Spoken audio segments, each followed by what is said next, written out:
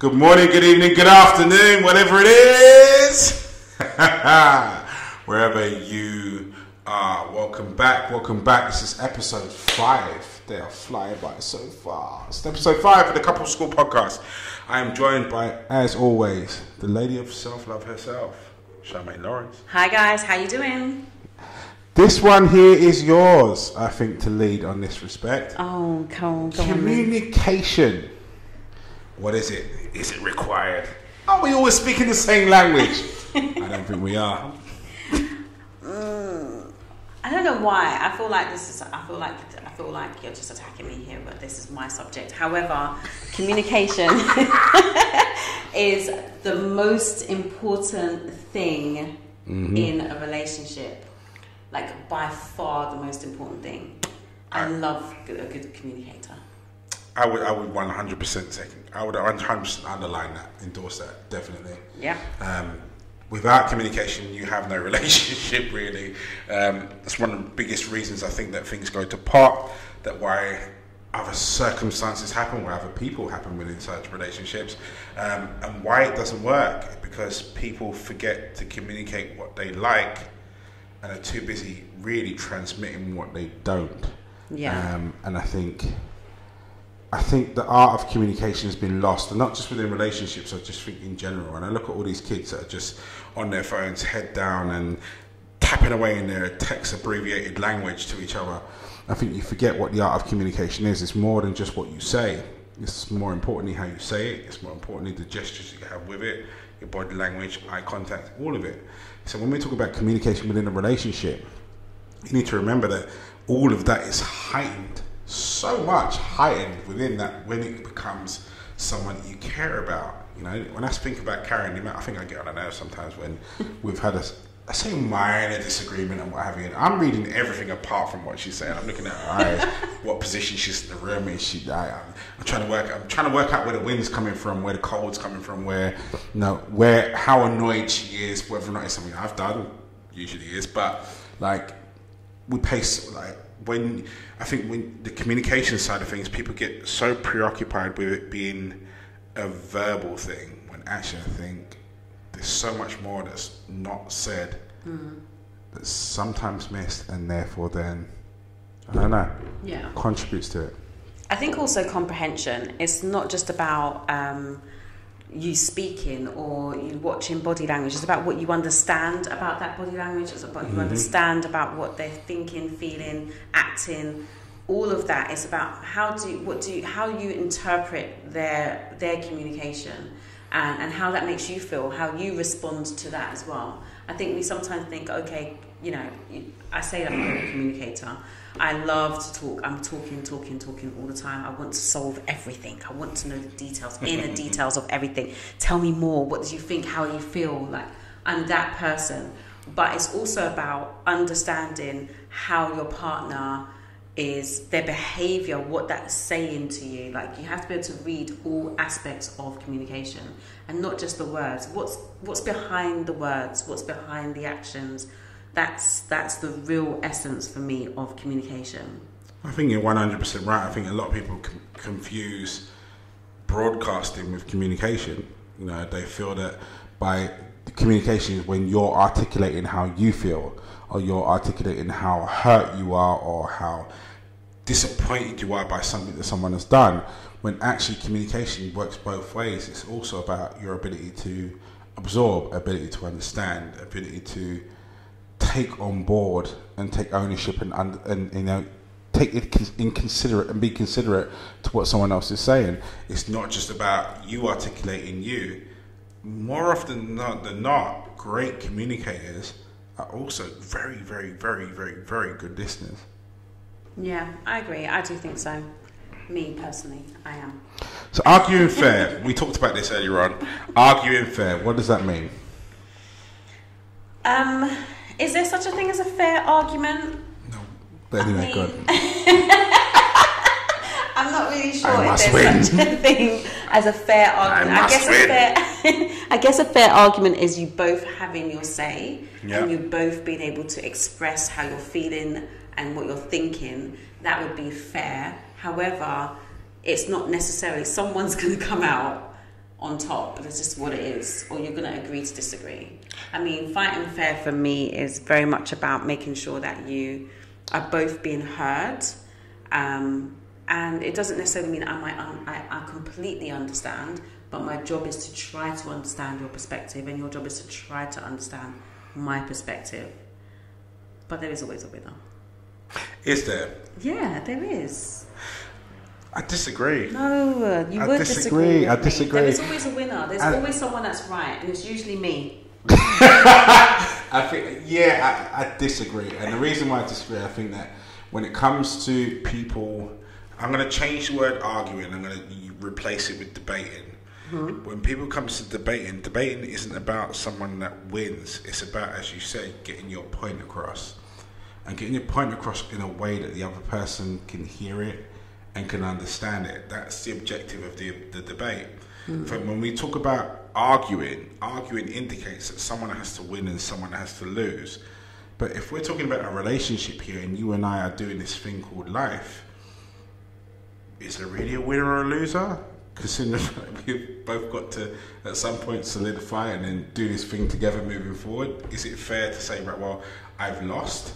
Is that really the objective? I think really I think arguing stroke debating is healthy in a relationship because it enables you to put your side across unscrupulously, to go, right, well, this is what I think, and to announce that what you're thinking is valid, what you're feeling is valid. But also for the other person to give you the opportunity to go, right, well, cool, I understand what you're saying and I understand how you're feeling. As you said, I might not agree with it, but I understand it, and you've been given the floor to be able to express that. That's the difference between a debate and an argument. When you take a look at an argument, it's two people shouting, no one's really listening, everyone's waiting for an opportunity to talk. When we're talking about debating, it's giving that opportunity to go, right, well, you've got the floor, this is your time now, you tell me what you think. And I've got time to digest what you're saying and take it on board and go, okay, well, that makes sense. Don't agree with that bit, part of that bit. I'm going to come back and when it's my turn to talk, and then giving the other person to talk. So I think, I'd change the word arguing to debating. I'd change it to debating. I mean, you would, wouldn't you? Yeah. This is a debate now, right now. I mean, this is a debate. This is definitely a debate. But no, I do feel like, I mean, I hear what you're saying. And I respect what you're saying, and I understand what you're saying. Mm-hmm. However, you're wrong. Anyway, go. It's what she really wants to say. However, there is times when somebody is wrong, and I think you don't always see that you're wrong until you've had the debate, because you've seen something from a different perspective, and then when you hear the other person's point of view, how they feel, where they're coming from, you change how you think and feel because you're seeing it now from their perspective. 100%. When it comes, there is a point. No, I'm not wrong, but there is a point. Okay, I'm gonna rephrase it. I don't think that winners and losers should be the objective. I think understanding should be the objective. Yeah. Don't get it twisted though.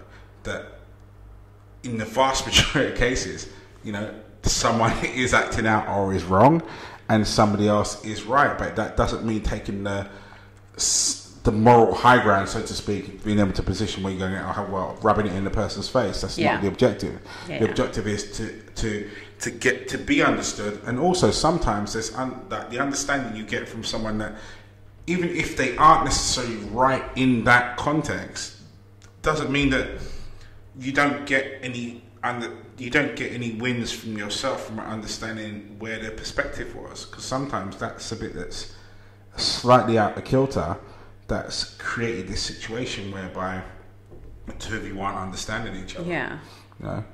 I don't mind losing every so often. I don't mind losing. No, I mean, I don't mind. If I'm wrong, I'm wrong. It's very rare. It's very rare for me too. I would say probably. Actually, it's never out. I'm never out. I would say 10% of the time I'm wrong. 10%. I'm always right. She'd say the opposite, but I'm always She would say the opposite. Yeah, she'd be wrong. No, I definitely feel like there is times when I'm like, okay, my feelings are valid, my points are valid. However, in this situation now, I've taken on and sat and listened to the other party, that I can see how this situation may have got this far, or we're in this conversation, and maybe I could have handled things differently. And I'll take it as a loss. I'll be like, I lost. Okay, cool. I'll be like, cool, let's do this. Yeah, I don't take it as a loss. I take it as I understand your point. I understand where you're coming from, and I get it. I get it. But then I'm very submissive, so I can be quite submissive. I'm far from it. I get where you're coming from completely, and I understand your point of view, and I get your perspective completely, and you're entitled to that, and I get it. That's fine. But this is what I think. No, I'm only joking. No, I think there's. I hate to think of it as winners and losers. I really do, because you don't have to. Great song, and I can't. Yeah, there's that middle ground. So I think there is that middle ground that exists, and you've got to go, right, well, you've got to remember what the whole objective here is, and that is, as I said, to understand each other in a deeper context each and every point in time that you get a chance to do so. Because that's how you as a couple evolve and your relationship grows and all that good stuff happens. You know, so when you get into these kind of situations where someone's got a point of view, you've got a point of view, and they don't necessarily marry up, you take the understanding line and go, okay, right, well, I get where you come from, and pick the bits that you can learn from that, as long as they're willing to do the same, and then the two of you can match up along the way. Yeah. Right? When we talk about love languages, just explain that one for me. What's that? I mean, so there's 5 different love languages. I think we know what they are. I think one is gifts, one is, oh gosh, I'm trying to remember, touch, physical touch. Mm-hmm. There is words of affirmations. There's quite a few. There's 5. I can't remember all of them off the top of my head. Mm-hmm. And I think that basically we have to think about how we show love and how we like to receive love, like what makes us feel loved and how we like to receive that, and whether or not our partners are able to love us in a way that makes us feel loved, and do we love our partners in the way that they need to feel loved. And I think in my relationship that doesn't happen. But you know what? I have actually accepted that the way he shows me love is acceptable. Because there is my love language is acts of service, but the way he shows love is gifts. Okay. I don't mind the gifts. I don't mind the gifts. And I think for him, in terms of acts of service, I have to ask for the act of service that I want, and then it will be done. But that's not his natural way of showing love. So I'd have to say, could you do this for me? And he'd be like, okay, I'll do this for you. Yeah, but that to me just sounds like what we call compromise. Yeah. And that's a beautiful thing. Yeah, but when you're looking at people are looking at love languages, they feel like you have to do it this way. And I just think that if you have good communication with your partner and you have a good understanding of how they do things, how we do things, then you kind of compromise. That's just what we do. People hate the word compromise in relationships, They say that they compromise, but people don't really like to compromise. Most people, when I speak to them, don't understand what compromise is. They don't. They think it's now or you. Yeah. They think it's, you got me this time, I'll get you next time. It's that kind of thing, that kind of swings and roundabouts, rather than it being, either it's a point of understanding, like I'm taking on board what you're saying, you're taking on board what I'm saying, and then we're agreeing to meet here, and that here might be equally uncomfortable, should we say, to both parties, or equally agreeable to both parties, but we're meeting at a point of mutual agreement. That's compromise.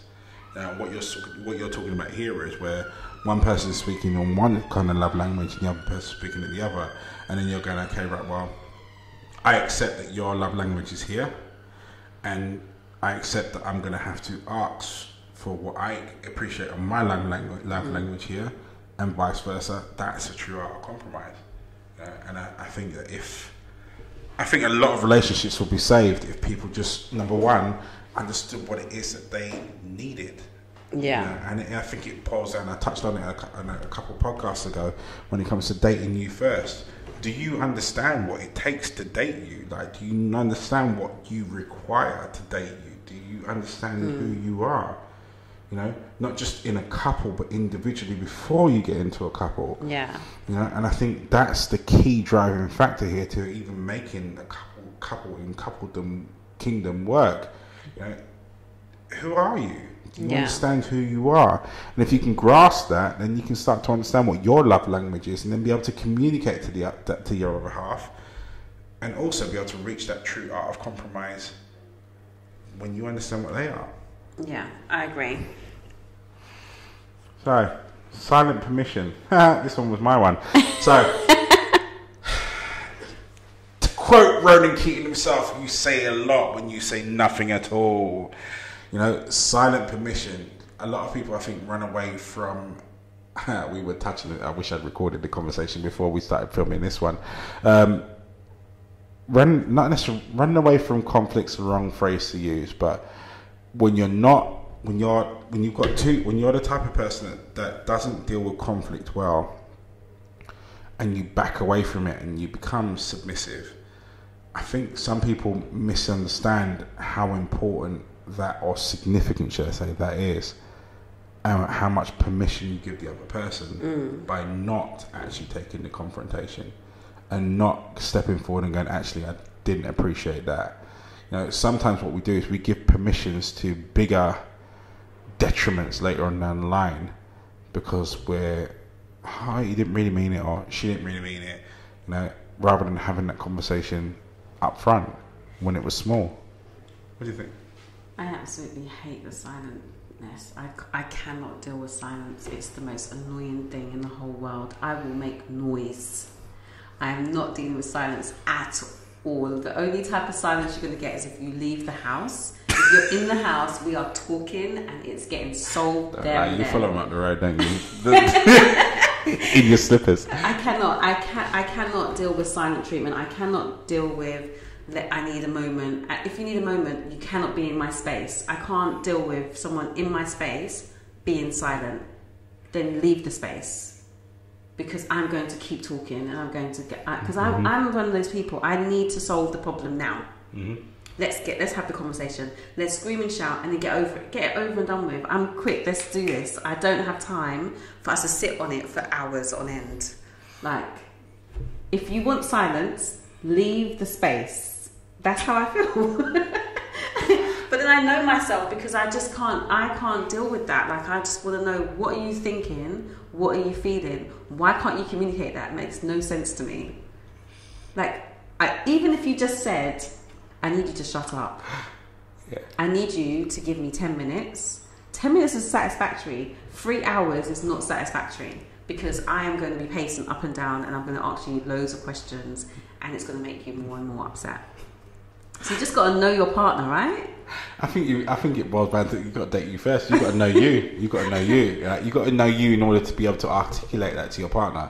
And I think I love touching on this subject here, because you and I are very similar in that respect. I struggle dealing with things being undone. Like, it's just not me. My OCD kicks in. It's inbred. I solve issues. I don't leave issues. I can't deal with it. You know, it's probably one of the reasons why. Probably one of the things that make me a good coach, make me a good salesperson in terms of real estate. I can't deal with things that are unresolved. I'm a problem solver. But when you're in a relationship with a problem solver, I understand that not solving the problem is to the detriment of my very, very, very, very, very core being. Yeah. And if you're the type of person that needs space to process, collect, understand, recuperate, articulate, then construct how you're going to deal with stuff.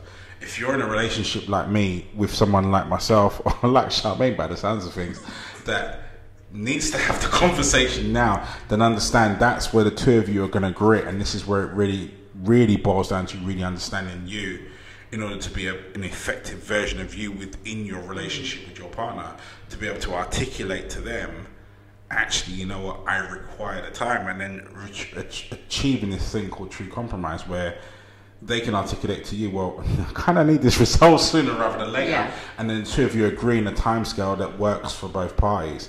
You know, I suppose it will get easier as your time goes on and as your relationship goes on, but having that clear understanding sometimes will save a relationship. I've spoken to many people that have broken up because quite clearly their love language is different, but they haven't understood that it was different and highlighted the difference before the difference became too different to live with.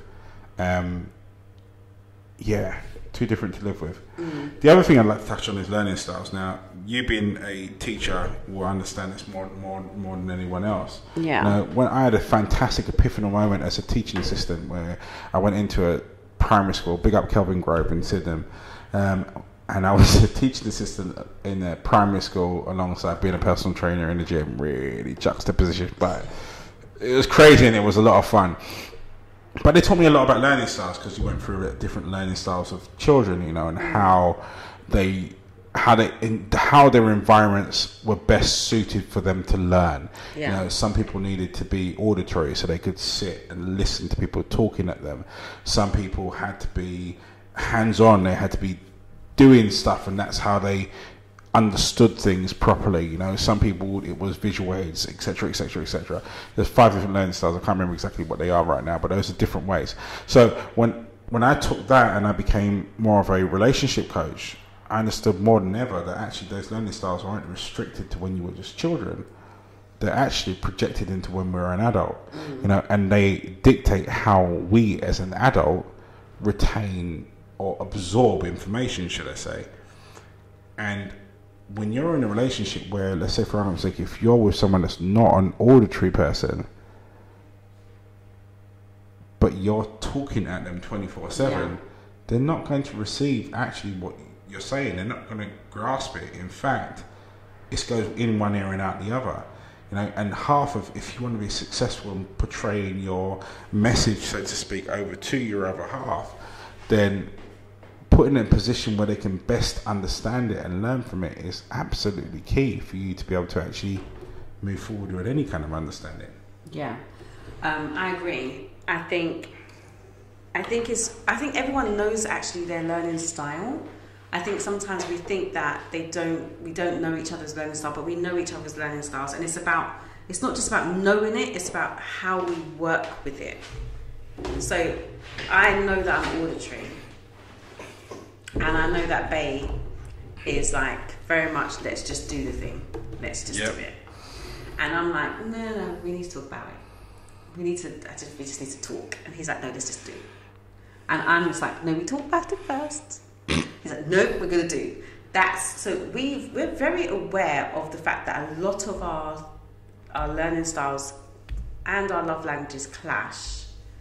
So we always do this big thing and then we kind of level out and it's nice afterwards. It's nice. We've worked out how it works. And I think if you know your learning style, you know your partner's learning style, you have to figure out how that works. Like for us, we know it's always going to be a clash and then it's going to be down. Now it's like 10 minutes each time, no problems. What's your learning style? I'm a very hands-on person. It's like if I am a passenger in a car going somewhere, don't ask me how I got there because I don't know. I've switched off. But if I drive there, different. I remember everything that's there, every turn in, every this, that, and the other. I'm very much a hands-on person. So if someone is talking at me, give me directions.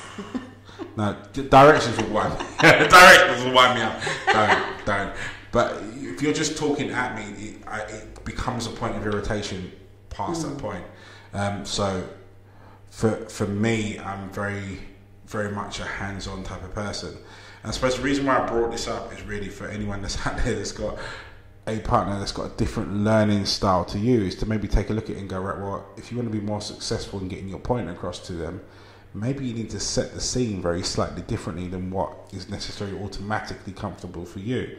You know, if you've got something that you need to put across to your other half and it's particularly important, maybe what you want to do is have it set the scene in an activity. So maybe it is just going out for dinner rather than being at home and you talking at them. Maybe it's doing something I don't know, go to cinema or whatever it is first, where there's the activity, and then you can have the sort of debriefing conversation about the activity, and then you can go, right, well, actually, I also wanted to talk about this because this particularly bothered me. I think you might have more success if you're looking at it in that respect, rather than just going, okay, we have to have the talk, which means the talk, we have to sit in the front room, and you're going to be sat there, and I'm going to be stood here, and I'm going to put my message over to you, and you're going to listen. You know, I think sometimes in the setup, you could be setting yourself up for failure and therefore having an argument that you wouldn't necessarily need to have if you had set it up in a way that was ready for the person that you wanted to actually deliver the message to, rather than about the person that's delivering the message. Yeah, but I also think don't be afraid of conflict. I think sometimes it's okay. I don't think there's a big deal. I think sometimes we make such a big deal about there being a conflict. If you know the outcome, like for us, the outcome, and any relationship I've ever been in, I'm not afraid of the conflict. We are going to have the conversation, and we're going to be fine afterwards. And I think you always have the end is we're going to be fine afterwards, but we're going to have the conflict. Sometimes that's just the way it is, because I'm not going to back down from my learning style or my love language, and you vice versa. So sometimes you're going to have the conflict, but as long as you know that once we get to that height, we're going to drop back down and everything is going to be cool. I think we're so worried sometimes about the end, because we're thinking about the end all the time. If there's no end, you're just going to have a conflict, you're going to get over it, and it's going to be fine. I think people are so scared of humps. I'm like, come, let's do these humps. I'm ready. Let's jump on these humps, get it over and done with, and then we're good. You know, like I think sometimes we are too worried about the conflict and how that might be. If you always know and you always maintain that we are together and we're not going anywhere, this is my life partner, conflict is fine. I mean, don't fight, guys. Actually, I disagree with that. I think not physical fights, but as you say, conflict, even heated arguments, sometimes are required. Yeah, it's okay. It's how you forge change. And I think it's your belief system, as Charmaine just added on there, it's your belief system that distinguishes whether or not it's going to be the end or not. You know, if you believe that if you're so frightened that your person is going to leave, then you're going to run away from any kind of confrontation that comes your way, because you're leading with that fear. But I think you could be robbing your relationship of so much more, because change doesn't happen until change is required. And sometimes not even sometimes, mostly that is sparked from someone going, I don't like that. Yeah. I didn't appreciate that. You know, when I refer to, you know, people being silent and not that you're actually saying a lot, that's what I was talking about. So like when you're in a relationship where, let's take the age-old argument of leaving the toilet seat up. Age-old argument of leaving the toilet seat up. So let's say, for look at it on a female's perspective here. So if you as a woman, like, you're in a relationship with a guy and this guy constantly leaves the toilet seat up, if you don't say anything about him leaving the toilet seat up, he might be really ambivalent as to whether or not the toilet seat's up or down. It makes no difference to him. Yeah. But if you're leading into a relationship with the fear of this guy's going to leave, all of a sudden, if you're looking at that conversation with those glasses on, it's a big thing. Like, I might tell him that I don't like him leaving the toilet seat up, and that means he doesn't want me, and he's going to leave, and I'm going to be on my own, and I'm going to be on my own, and I'm going to be on my own. Whereas looking at it, other perspective, going, me and Johnny and me and whoever, we're in this thing for life, but I really can't stand when he leaves the toilet seat up, so I'm gonna tell him, you know. And then you have the conversation with him, and he goes, "Oh, babe, I didn't really understand that problem. No issues." Even so, if you flip it on the flip side of it, and Johnny's got, well, you know, equal opportunities and all that, like, so, you know, if I can leave the toilet seat out, if I can put the toilet seat down, you can put the toilet seat out before you sit down. You have that conversation, and then you meet a middle ground. But I think all too often, especially in this day and age, we want long term, but we're constantly searching with short term glasses on it and expecting this relationship to die. Whereas long term relationship, those couple goal things that where everyone's after, when you take a look at these people that have been together for 20, 30, 40, 50, 60 years, they disagreed for 20, 30, 40, 50, 60 years. The only difference between you and them was they decided it was not going to be the end before the disagreement occurred. You know? And too often, as I said, I watch all these shows, and there's so many people that walk into a relationship just waiting for it to expire. Is there any wonder why it expires?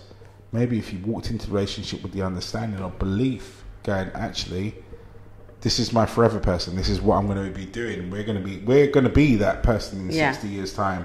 That's no, we're not squabbling anymore because we've got over every squabble there is. Yeah, exactly. We can order for each other in our sleep.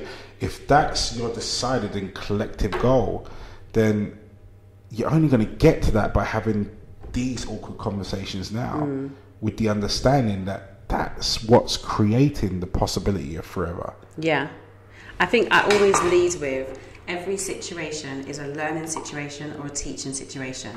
I've either got to learn something or I'm teaching something. Every single situation. And so even if in a conflict, there is going to be a learning situation or a teaching situation. And that's that. And it might be both. Sometimes it's both. Mm-hmm. So for me, I'm just kind of like, what did I learn from this? What do I didn't? Like when me and Bay first had our first argument, he was like, oh my God, this is like the end. And I was like, what are you talking about? Like... I don't get it. What do you mean? It's just a disagreement. And he was like, oh, okay. Because again, we have a large age gap, so he's way younger than me. Like he's a lot younger than me. So for him, it was like you have an argument and that's it. You know, you jump off, and I'm like, what are you talking about? Like it's just normal. It's a normal thing. This is going to happen because we're two completely different individuals who are moving in together, getting to know each other, and we'll have different learning styles, different love languages, different experiences, different traumas, different triggers. Of course, you're going to have to disagree at some point. But we're in this for life. Like, this is what's going to happen. So you're going to have to deal with these conflicts. And what you're not going to do is give me silent treatment at all. And if you want silent treatment, you best go for a walk. But I'm going to be waiting for you to get back so we can do the conversation. It's just knowing what you need in your relationship and communicating that. And that's it. And sometimes there's going to be a conflict. That's fine. You know, I'm laughing because I'm a massive Friends fan. And there's an episode where Chandler and Monica first get together and they have a fight. And Chandler comes in with the expectation, well, this is the end, isn't it? And she's like, no, silly, that's just how relationships are. And he's like, oh, and she's like, no wonder you've been single for so long. Anyway, it's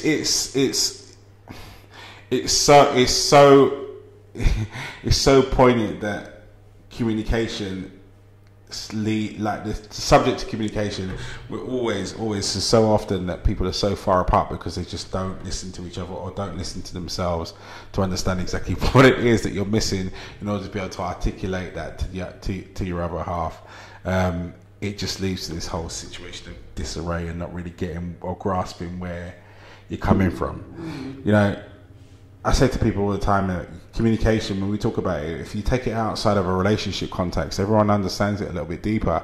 So let's take the relationship side out of it and let's talk about you communicating with people at work. You understand that your body language, your eye contact, all those aspects also contribute to what you're saying. It's how you would deliver your point in a presentation.